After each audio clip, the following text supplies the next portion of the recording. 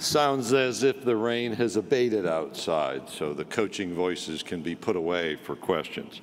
Start with just a note of disappointment after last year's SEC Network ad involving Jimbo Fisher, Marty Smith, and Ryan McGee. We all anticipated that trio to be offered a country music recording contract, and it hasn't happened yet. And I would just express that disappointment with a smile. Our next coach is Jimbo Fisher, the 2020 National Coach of the Year finalist, 2013 National Coach of the Year, one of 3 current SEC active head coaches to have won a national championship. He has a 9-2 overall bowl record, which is which is among the best winning percentages ever, including a 3-0 mark in his leadership of the Texas A&M football program. Go back to Destin. A lot of you had expectations about conversations that would take place. We're at dinner, Jimbo with his wife, me with my wife, walked in and we had a conversation about something I've mentioned repeatedly, which is Jimbo's son, Ethan, who has a rare genetic disease, Fanconi anemia. That's resulted in Jimbo being involved in the start of a nonprofit called the Kids First Fund. That conversation was about a trip to Minneapolis and really positive news about his son's health, but also about the impact being made in scientific research by Kids First Fund. In the middle of football and all of the other things we like to talk about, name, image, and likeness, transfer portals, this nonprofit has raised almost $12 million for Fanconi anemia research in 11 years since. But at a personal level, to hear the positive news about his son, Ethan, was truly rewarding. It's my privilege to introduce to you the 14th Coach of the Week by schedule, Texas A&M head football coach Jimbo Fisher.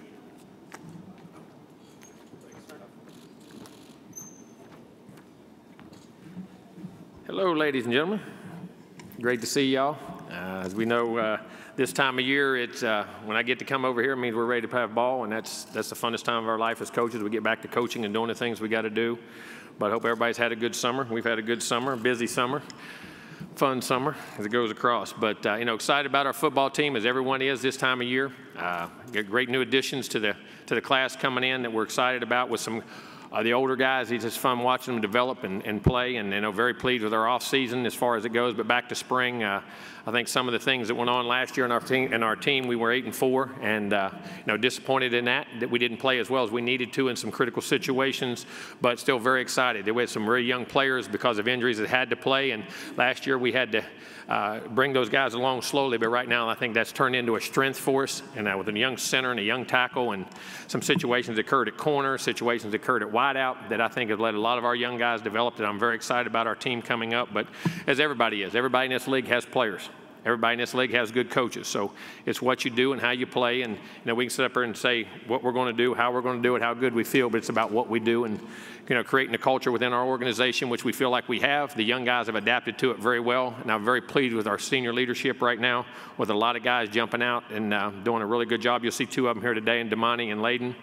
And where we're at, I think our coaching staff, the new additions with Steve Adazio and DJ Durkin, those guys have really fit in and done a great job and added some different twists and nuances to our program. And they're great ideas. They've all been very successful at different places they've been. So excited about that part of it.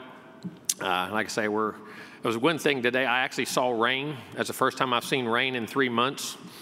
It's been 100 to 106 in College Station for 3 straight months, and I didn't know rain existed. I thought it went away. So I'm glad that hopefully y'all can push some of that rain our way to there. That's the biggest news of the day for me, that it does rain again. I didn't know if it did, so excited about that. But like I say, we're getting ready for camp coming up. We'll report next week as a staff to have everybody full go on Monday and what we do, and looking forward to the season and where we're going. Questions? All right, thank you, Coach. If you have a question, raise your hand. Lisa, Jim, or Jesse will get a microphone to you. Coach, we'll start right here in the center aisle, right in front of you, about 6 rows back.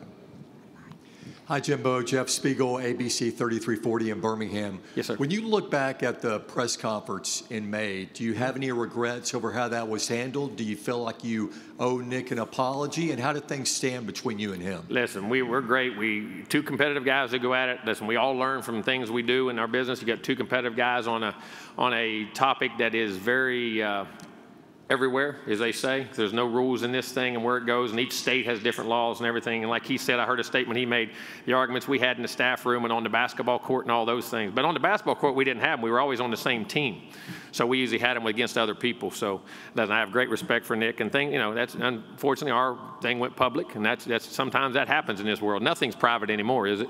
Anyway, but no, we have great respect for Nick, and we all learn from him. We all will learn. Like he said, he will learn. Hopefully I learn from things we do and say, and we move on from there. But have great respect for him and their program like always.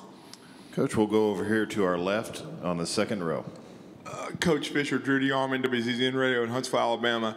You did say some very poignant things about Nick Saban, and then and NIL is very real. We know that it's here to stay. And one of your staff members was caught on video telling some recruits that they were going to be paid very well for playing football. No, it's not what he said. Those guys paid down there very well. And what he meant was he was a young guy, had been there about a month. He was doing a turn. The guys behind those seats are what pay for your program. Those are donations and boosters, and how he said it and how he spoke. Do we all have NIL? Yes, we do. But that's what he was meaning, and it's a transform thing that we say with all recruits. The guys behind those things are the guys who pay for our program and what we do and the donations, and that's what it was. He'd been here 1 month. And what do you take from you worked for Coach, you worked for him at LSU, and you used the terms like organization. What's the thing that you took most from him that has influenced your coaching career after working for him and seeing what he's built at Alabama? I think diversity in organization and the different aspects of a program that they've grown. I think he was one of the first guys into mental health and things, which has been a very forefront thing for me ever since I've been a coach and as an assistant or as a head coach that we put a lot of time in. I think now is jumping out. I used to joke in the ACC meetings. I told some guys sometimes, I said, the head coach, I said, the biggest issue we have in college football and in my is mental health. And he said, well, that's not our problem. I said, well, I think it is for everybody. We just didn't realize it. And I think that was one of the things he was in the forefront about, getting help and getting guys to understand how to handle the different pressures that they go through as a person, and each year it's changing, and because of social media and the different things that are going on, I think it's huge, and I think those aspects in organization, and he's a great football coach. Coach, we're going to stay over here on our left side in the fourth row back. Dennis. Dennis Todd, CBS. Now, you walked out on me earlier, daggone, when I was in there talking. You're going to get us later, so we got sort of half an hour. Okay, I'm just giving you a hard time, it's Dennis. Good. No, just a hypothetical question. If there's no NIL, do you and Nick have this public beef? In other words, no, because of the things, the way what he said when I said, that we're moved on from it. But NIL, like I say, guys, there's no rules. Each state has its own rules. It's not just an NCAA thing or a national thing. There's each state, like for instance, in Texas, we cannot bring up NIL to a recruit. We can't say it, we can't promise. All we can say, if guys on our team have it, that's all we can say. Other states can prevent written contracts. They can send you a written contract to a guy. I've been going through that in a recruiting thing it's just the world we're in, and we're frustrated because there's no unification of what happens and the way it happens. You know what I mean? And it's just a different day and time. But listen, change is inevitable. That's the rules we have to play by, so we all have to adapt and adjust. And if you either adapt and adjust or you don't, one of the two. Coach, we're going to go straight in front of me, right on this near aisle. Jimbo, David Nuno, Texas. Yeah. With all three quarterbacks on campus since January, how has that competition evolved in having them all three together? Very well, and I think they're learning off each other, and I think they're doing a great job of watching each other and being very competitive with each other, but also helping each other.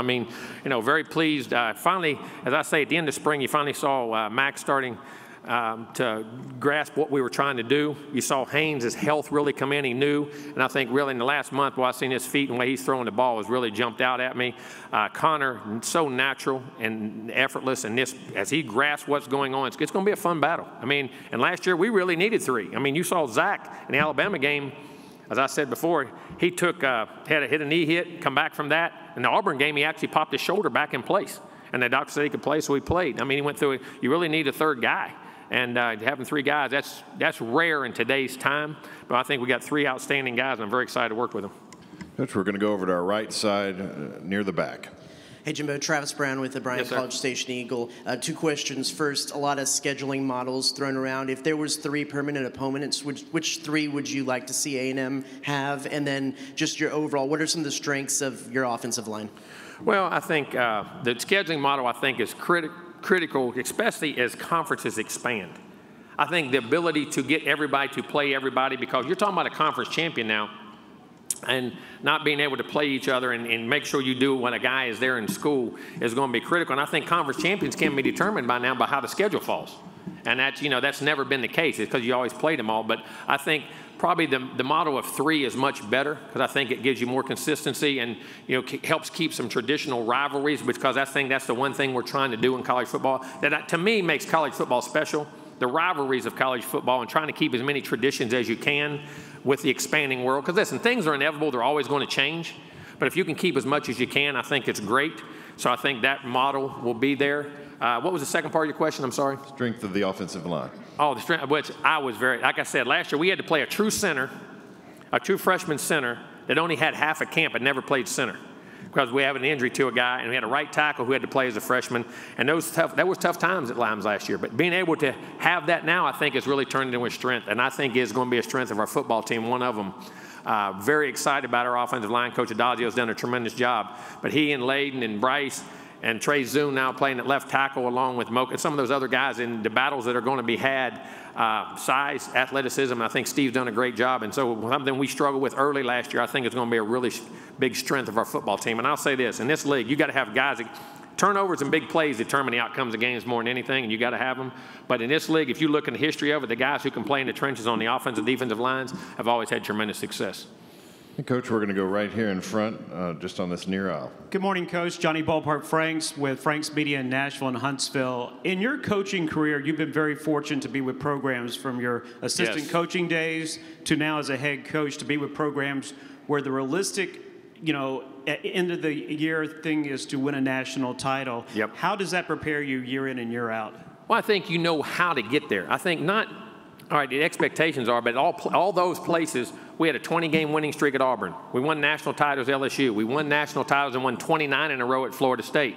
So it's not just the expectations of it, but knowing how to put it in place. And I'll say this about our program right now.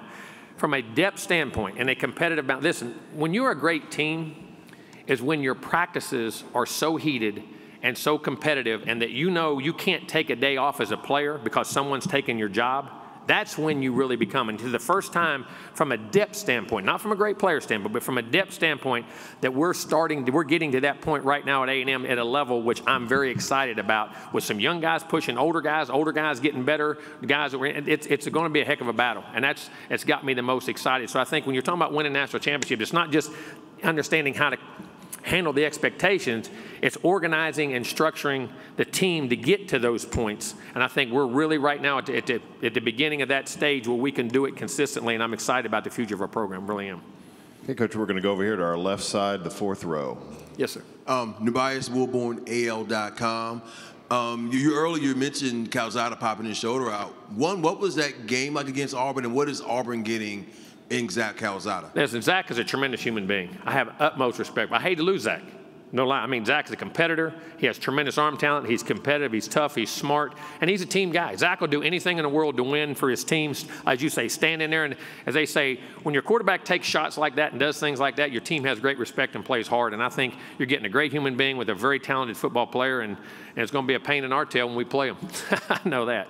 I know he's getting a battle right now. But Zach is a very talented guy, and they're blessed to have him. And I know he'll do a great job for him. What did he say? Memories of that game. Memories of the Auburn, that game.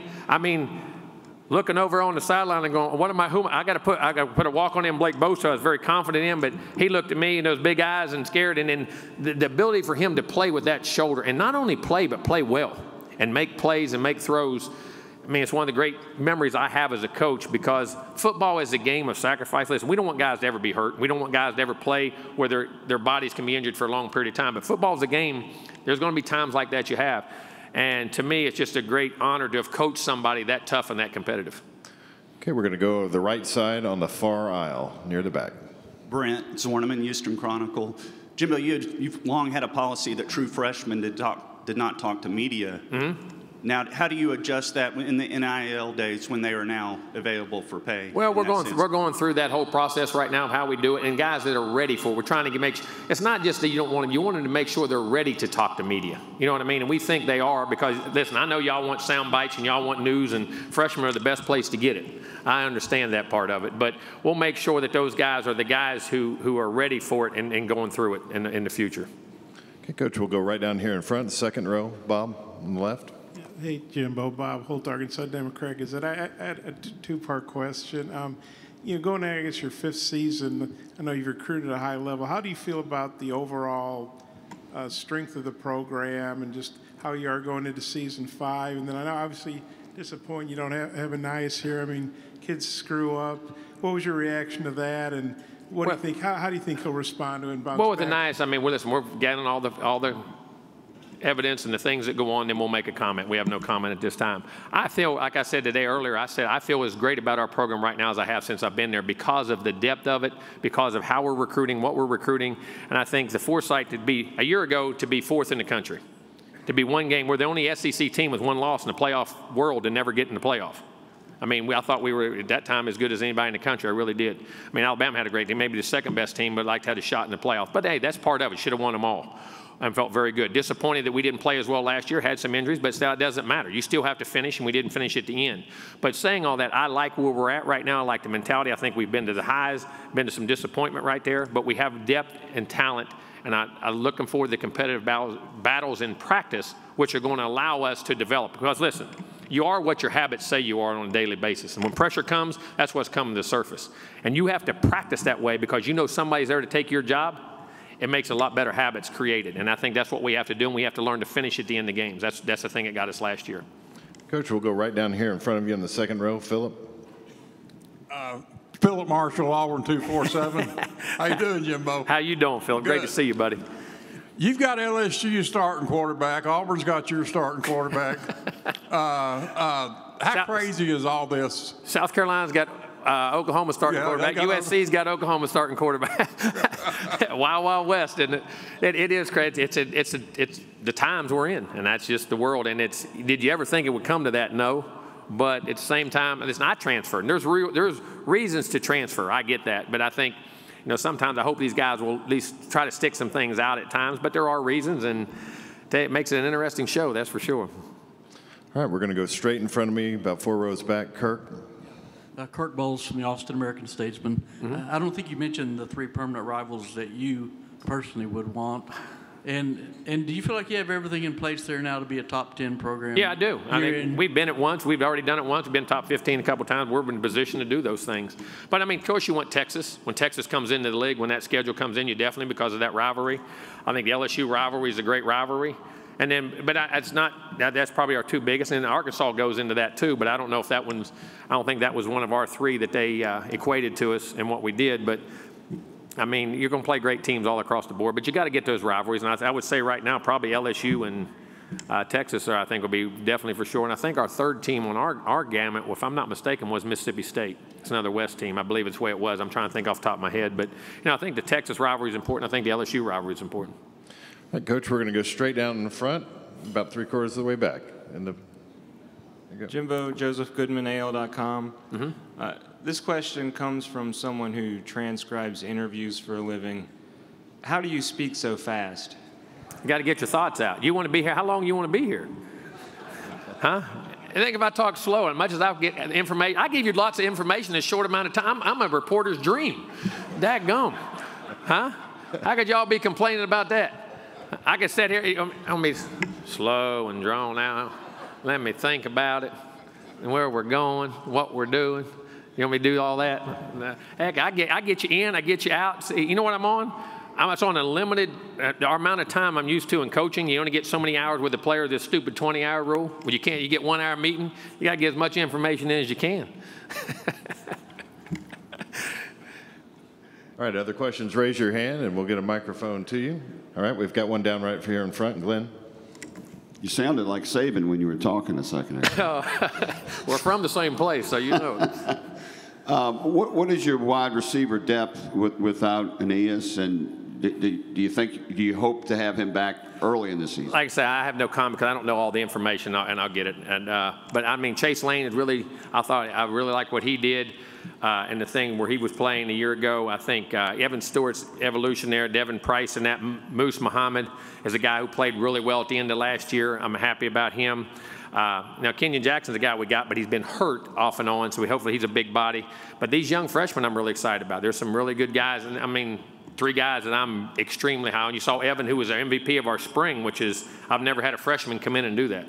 But then you got Chris Marshall, and then Noah Thomas, who I think are both highly, highly gifted, skilled guys that can jump in there. Plus, you got your tight end. You know, you're worried about your tight ends. And then the other thing about that, our backs, a chain is a big-time receiver, too. So the ability to throw the football, we get concentrated on receivers, but tight ends and backs are a big part of that now, too. And we've signed 3 very, very gifted tight ends, and I'm really, Jake in the spring, and the other 2 guys I'm really high on in the summer, too. So we'll see. And you got Max Wright coming back. You have Blake Smith in that group.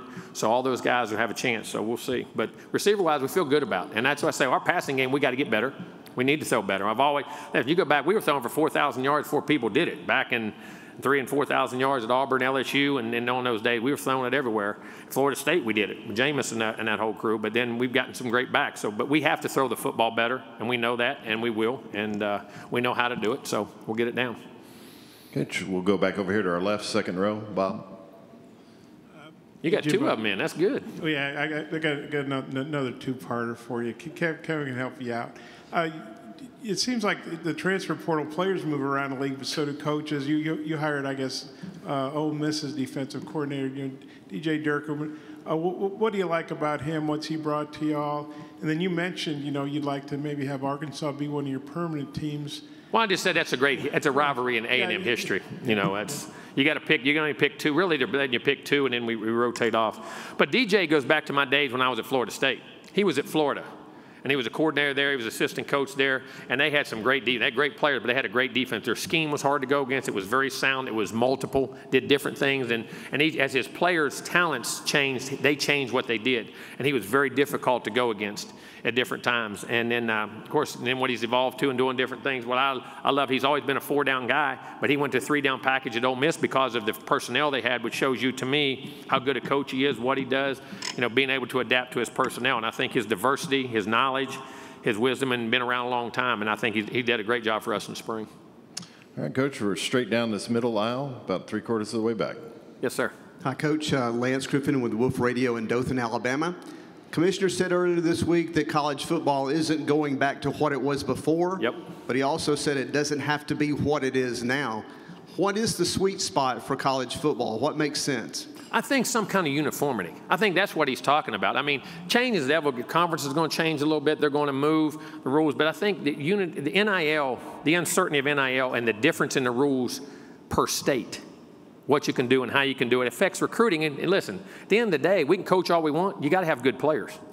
And you got to be able to get that uniformity together and create some kind of balance that everybody has the same rules about what you can and cannot do. And I think that's what I think he's talking about. But like you say, change is inevitable. Life's always going to change. It's always going to move, and you either got to adapt or get ran over. And I think that, to me, that's probably what he's talking about. And whether the transfer portal, I don't know where that goes either, where the situations with that. And I think that's where we're such chaos is everything's hit. You've got conference realignment, you've got NIL, then you've got NIL on top of transfer portal. So, I mean, when you're putting, that's 3 major changes in everything we've done for how long? I mean, I don't know even how many years it's been. I mean, and everybody, and what we're all scared of. What is human nature? What's human nature make you scared of? The unknown. And we have so much unknown, and that's why we're all on edge and panicked about what's going on. All right, we have time for a few more. If you have a question, raise your hand, and we'll get a microphone to you. Daggone. See, get all your information in a short amount of time, we can get out of here. Very efficient. We're going to start up here in the second row. Drew DeArmond, WZZN Radio, Huntsville, Alabama. Coach, in this NIL area you talked about, you've dealt with talent and players throughout your career, but how now do you balance it with a freshman coming in, high profile, like an Evan Stewart, who looks like he's going to be a big impact guy in your program, with the returning players, and how do you kind of manage the locker room? Well, I think we've always recruited at a high level at different places I've been, whether it's LSU, whether it's Florida State, and competition, honesty, and the best players play. If you're the best player, you play, and it's about competition. I think great players respect that, and I think it makes them raise their game. I think the honesty and communication is the key. Communication is the key to everything. And I think that's where we got disenchanted in college football, to answer your question. I mean, there was no communication on it, and all of a sudden, instead of ready, aim, shoot, it was ready, shoot, aim. And everybody just started implementing rules, and everybody was panicking. There was no communication. There was no unification. And I think that's what you have to do as a coach. That's our job, to make sure they understand what we do, how we communicate with them. And listen, it's open competition. I ain't seen a rule in the rule book that says freshmen can't play, but I ain't said one that says they have to play. That's all up to them based off the competition and the opportunities they have. And I think that's where you have to be in your locker room to always be on top of those things and have a good, fresh line that kids can talk to you, you can talk to them. And I think as long as you communicate, you can always work out every problem. Okay, we'll stay over here on the left side, fourth row back. More of a philosophical question here. Yes, sir. With the combination of NIL and the transfer portal, what would you like to see as far as like hard deadlines for transfer dates? I know the SEC has a different date from the rest of the college football. You know, the dates I think are very important because it does unify you, but at the end of the day, they're still going to leave. I mean, whether it's just in that time frame or the other time, they already have it planned all the way up. So, I mean, I don't think that's going to have a huge effect, but it is as far as your roster management, maybe for practices and things that, you know, if you lose them during the season, you got bowl practices and spring practice, those types of things. You either know right before spring or after spring if they need to go through it. So I think from that regard, it'll be there. Man, the unification thing is just give us all the same rules. I mean, in the NIL, just give us all what each state can actually do and what you cannot do. And to me, that's the rules we have. Just so we all have the same rules, you can't complain. You know what I'm saying? And then whether you have haves or have not, but has there always been haves and have-nots in college football? Has there ever been true competitive balance in college football? There's always been the haves and have-nots. It's just this is affecting it in a different way. And so those are things I think, but as long as you get unification, it should be fair.